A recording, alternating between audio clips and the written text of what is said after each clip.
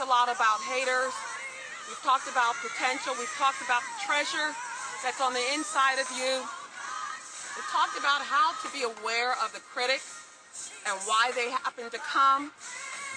And so now I just want to share briefly how to prepare to overcome Satan's attacks. One, you can prepare to defend your potential by making wise choices.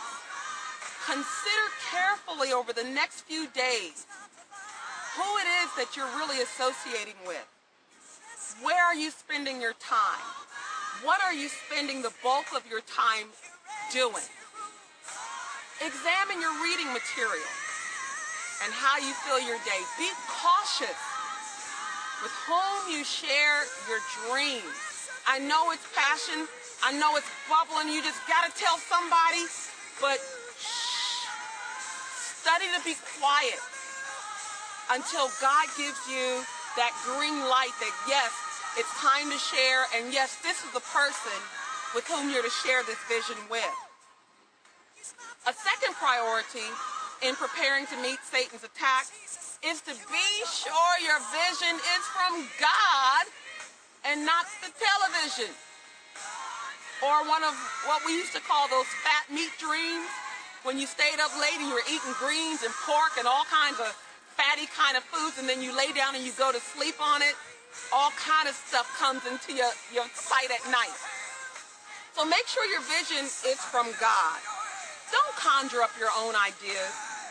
Don't just make something up just to say you got something going on.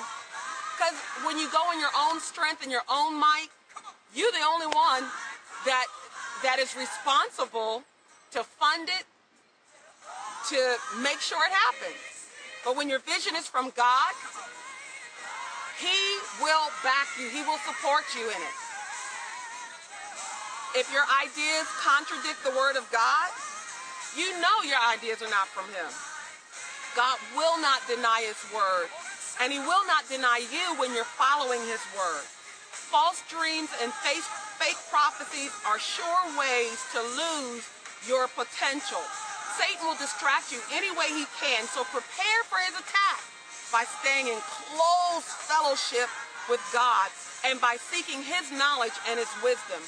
And a third step, a third principle, method for fortifying yourself against the assault of evil is to seek God's discipline and direction in your life. Be truthful in your dealings. Act with justice and with virtue. Live at peace with others, insofar as it is within your power to. Being careful, however, not to compromise your loyalty and your obedience to God and His Word. Seek His chastening when you have failed and rejoice in your sufferings, because those sufferings produce perseverance. Perseverance produces character. Character produces hope. And hope does not disappoint us.